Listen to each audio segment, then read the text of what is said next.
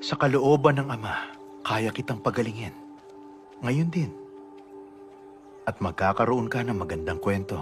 Opo, na gumagawa ka ng himala. Magandang patotoo yun. Pero may ilang dosena ng pwedeng magsabi nun. Pero isipin mo yung kwentong meron ka, lalo na sa paglalakbay na darating. Kung hindi kita pagagalingin, ihahayag nun na pinupuri mo pa rin ang Diyos sa kabila ng kalagayan mo. Mas pagtuunan ng pansin ang bagay na mahalaga higit pa sa iyong kalagayan.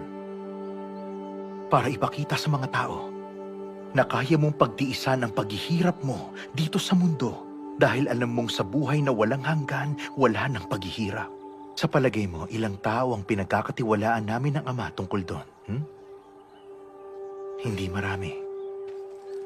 Pero yung mga kasama ko, masigit sila. Masigit silang Hindi ko alam, mas malakas? Magaling sa ganito? Hindi ko maramdaman na hindi ako isang pabigat. Isang pabigat?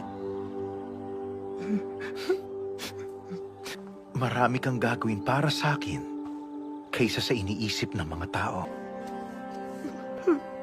Kapag napagtanto mo na nahanap mo ng tunay na kalakasan dahil sa kahinaan mo, sa paggawa mo ng magagandang bagay sa ngalan ko, sa kabila niyan, magdudulot yun ng pagbabago sa maraming henerasyon.